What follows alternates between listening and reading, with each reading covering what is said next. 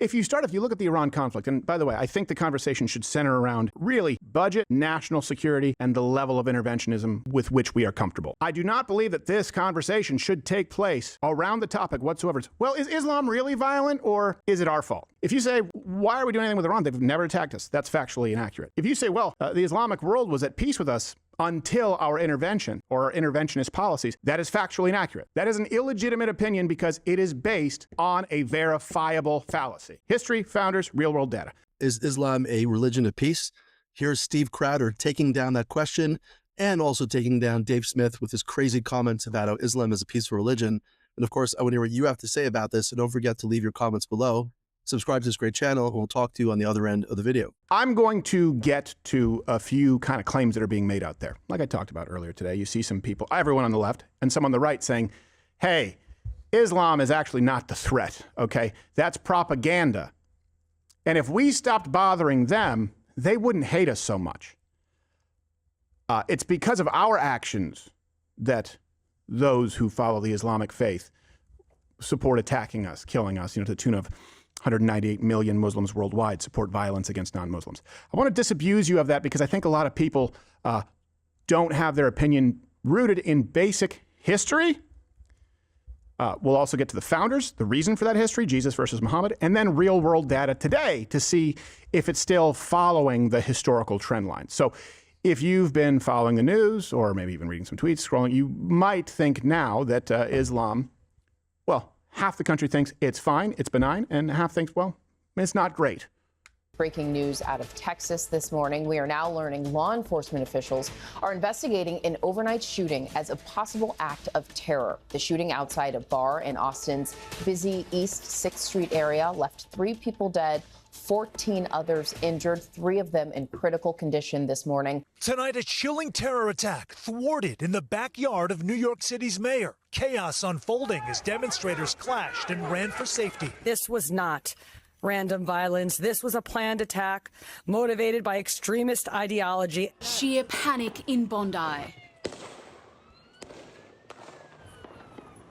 Terrified beachgoers run for their lives as shot after shot rings out. The 2 shooters used long-armed weapons to open fire from a bridge onto a park where members of Sydney's Jewish community had gathered to celebrate Hanukkah. The new information coming in on the man with prior ties to ISIS who opened fire on an ROTC class at Old Dominion University. Police in West Bloomfield, Michigan, now responding to an active shooter, we're told, at Temple, Israel. The West Bloomfield Police Department set out an alert urging residents to avoid the area now. Yeah, so to be clear, since March 1st alone, we've seen attacks from those who follow the ideology, the poisonous religion of Islam. They have perpetrated crimes. There was the shooting in Austin, the IED attack in New York City, the shooting at Old Dominion University, Temple attack in West Bloomfield, Michigan. And if you were to look at this and your starting off point would be, well, hold on, that's retaliation. That's because of what the United States has been doing in the Islamic world. And there are many people who believe that. I just have to tell you, and we'll go through again, history, founders, real world data, everything you're saying, you're wrong about everything. Wrong. All right. And by the way, this is not a character judgment on people who have made these statements. I just think it's important to disabuse you of a notion that is false. If you look at the Iran conflict, and by the way, I think the conversation should center around really budget, national security, and the level of interventionism with which we are comfortable. I do not believe that this conversation should take place around the topic whatsoever. Well, is Islam really violent, or is it our fault? If you say, why are we doing anything with Iran? They've never attacked us. That's factually inaccurate. If you say, well, the Islamic world was at peace with us until our intervention or our interventionist policies, that is factually inaccurate. That is an illegitimate opinion because it is based on a verifiable fallacy. History, founders, real-world data. Dave Smith's tweet went viral yesterday. Islam is such a violent religion. Every time we murder a bunch of their children, they try to kill some of us. Disgusting. Okay, here's the truth. And I get that it's easy for people to believe this out there if you just haven't opened the Quran or any other history book. First, let's go through history.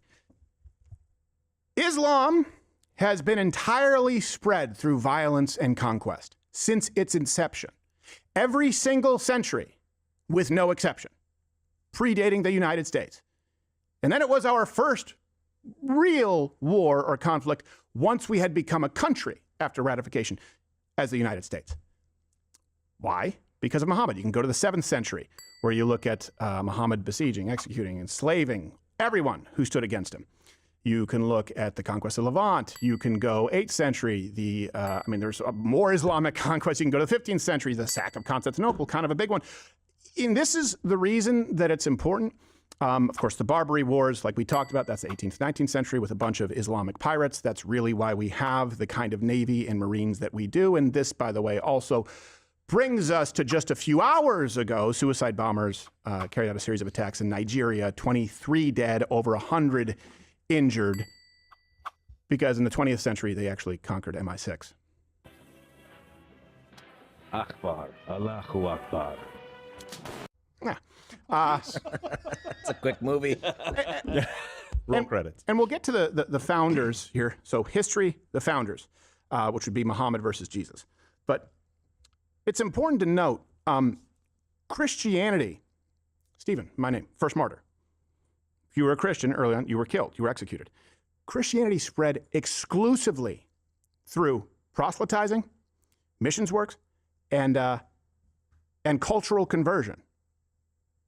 Islam, when it started, no known oppressor. People go, I don't know, well, what was this? Some kind of new thing? Okay, whatever. It wasn't globally known. Exclusively spread through conquest, through violence. Matter of fact, the perfect example would be the Reconquista there of Spain.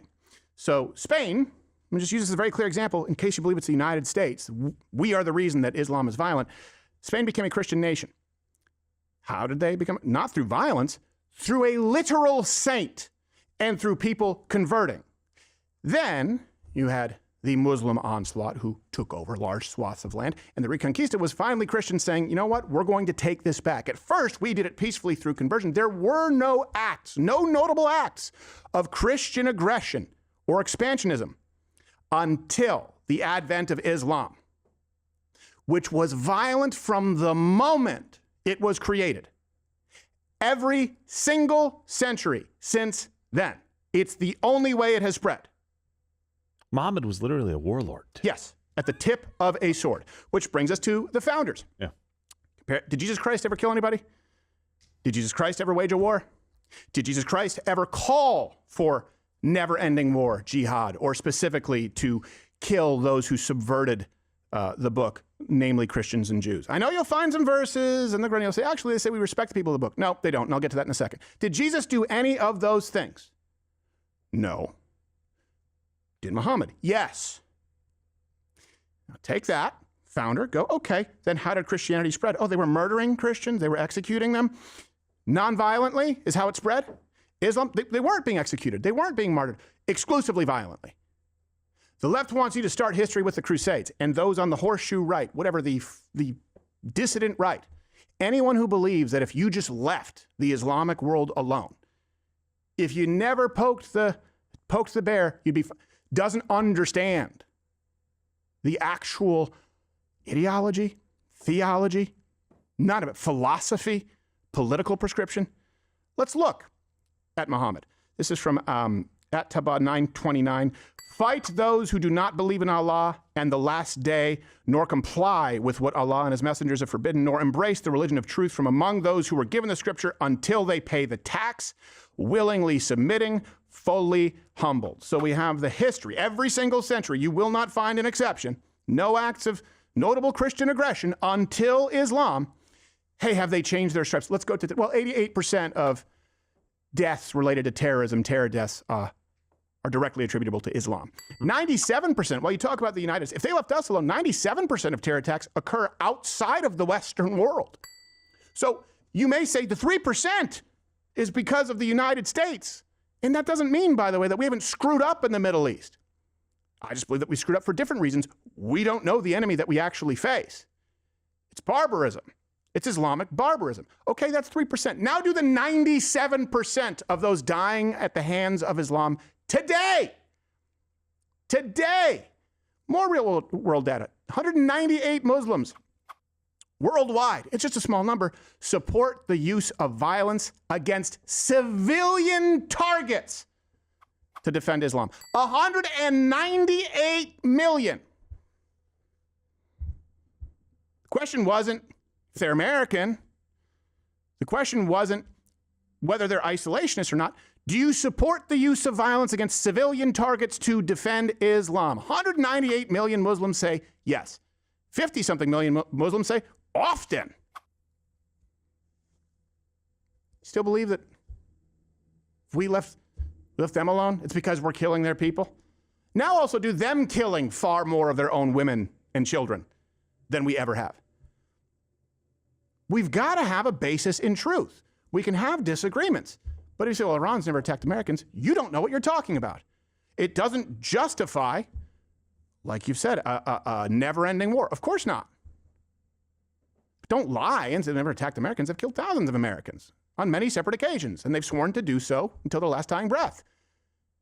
You may not think that we should intervene. I think that's appropriate. In many cases, we shouldn't be intervening. But don't say that the only reason any Muslims or any of these countries, these caliphates, are violent toward the West is because of something we've done. You have to go back to every other nation pre-America. What did we do? The Barbary Wars. What did we do to have a bunch of Islamic pirates attacking vessels? It's silly, and the people espousing this are hoping that you are dumb. Well, there he is again. Steve Crowder asking some just basic, great questions about, is Islam a religion of peace? And according to Crowder, I think it makes sense, and it's really not. Starting from Muhammad's beginning, and for at least 14 centuries, every century has been filled with Islamic terror against people. It spread through the sword, and it continues to spread through the sword. I just made a simple list of the last few months, a year or so, of Islamic attacks in New York and around the United States, and I'll mention some ones around the world as well. Just recently in New York City, we had 2 ISIS-inspired individuals who, through IEDs, improvised explosive devices at a crowd that could have murdered tens, if not hundreds of people, wounded, maimed for life, people that put TATP and a highly explosive chemical together with nuts and bolts. He clearly learned this from other Arabs and Muslims around the world. They've been doing this in Israel fears the Intifada. When Zohar Mamdani talks about not condemning the term globalizing Intifada, well, he's got a real Intifada happening right now in New York City with people throwing bombs at rallies, which is a First Amendment right. But not only that attack, the attack in the Michigan synagogue, where the guy, this Muslim-inspired terrorist, intended to kill as many children as possible inside a synagogue. He took guns and bombs and explosives, drove in there. He got killed himself. The same day in Norfolk, Virginia, in Old Dominion University, an ISIS-linked shooter killed 1 person and injured 2 others in an ROTC classroom. What about January 2025 in New Orleans, that we tend to forget about it? An ISIS-inspired vehicle ramming on Bourbon Street killed 14 people and it injured over 30 people. This is a consistent battle of Islam against the West. Look what's happened in the Middle East. Iran, that's been ruling with terror and violence for 47 years, its people are rising up against it. They want freedom. The Iranian people want freedom from the mullahs of Iran. What does Iran do? It murders tens and tens of thousands of innocent people on the streets. Besides that, they've been murdering people for many years, throwing acid on women's faces if they refused to cover up the way they wanted them to cover up. Exporting their terror, they created Hezbollah in Lebanon. A peaceful Christian country now is ruled by Islamic terrorists. They spread their terror and horror to the Gaza Strip with Hamas, part of the Muslim Brotherhood, and the Iranian Axis, funding them, sending them missiles, weapons, and so on.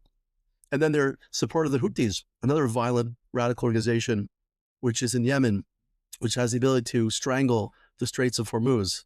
And during this war, to try to stop the Iranian mullahs from getting their nuclear weapons and stopping their ballistic missiles, well, they've been firing their ballistic missiles for the last 3 weeks. I've been in Israel. I'm actually here right now, going in and out of a bomb shelter. I saw you with firsthand the violence of the Iranians, the missile attacks. Last week, 9 people were killed in a synagogue just next to Jerusalem. Just last night, an older couple was murdered by some of the weapons of Iran being fired indiscriminately at population centers here. And the answer is quite obvious that Iran, on top of that, is firing its missiles at the more moderate Arab states, the ones who are against terror, like UAE, Bahrain, and even Saudi Arabia, and even Qatar, a violent organization, a violent company, and even Qatar, a violent country that has its interest in destroying the Western world, that sometimes pretends to like the West, but actually is very close to Iran. They're even firing missiles at them. And of course, missiles are hitting down countries like Cyprus, and therefore they're hitting NATO nations. They have the ability, the Iranians, as they intend to do, is to murder as many Christians and Muslims, Christians and Jews as possible, because Christians and Jews are seen as the dhimmi, the second and third class citizens in Islamic rule. We've seen what Sharia does, the violence of Sharia. We saw 20 years of Sharia law in Gaza Strip. Look at the massacre against the Jews, October 7th. 47 years of Islamic domination by the mullahs of Iran, and the murder, the violence, the exporting of violence that's taking place throughout the Middle East now because of Iran, because of Islam. Unfortunately, what we're not seeing is some great people like the great Tawhidi, Imam Tawhidi, the Imam of Peace from Australia, speaking out against this. Judy Zasser, who is a Muslim-born physician who worked in the American Navy, who's running for, I believe, a congressional seat in Arizona. He's fighting against the dangers in a society.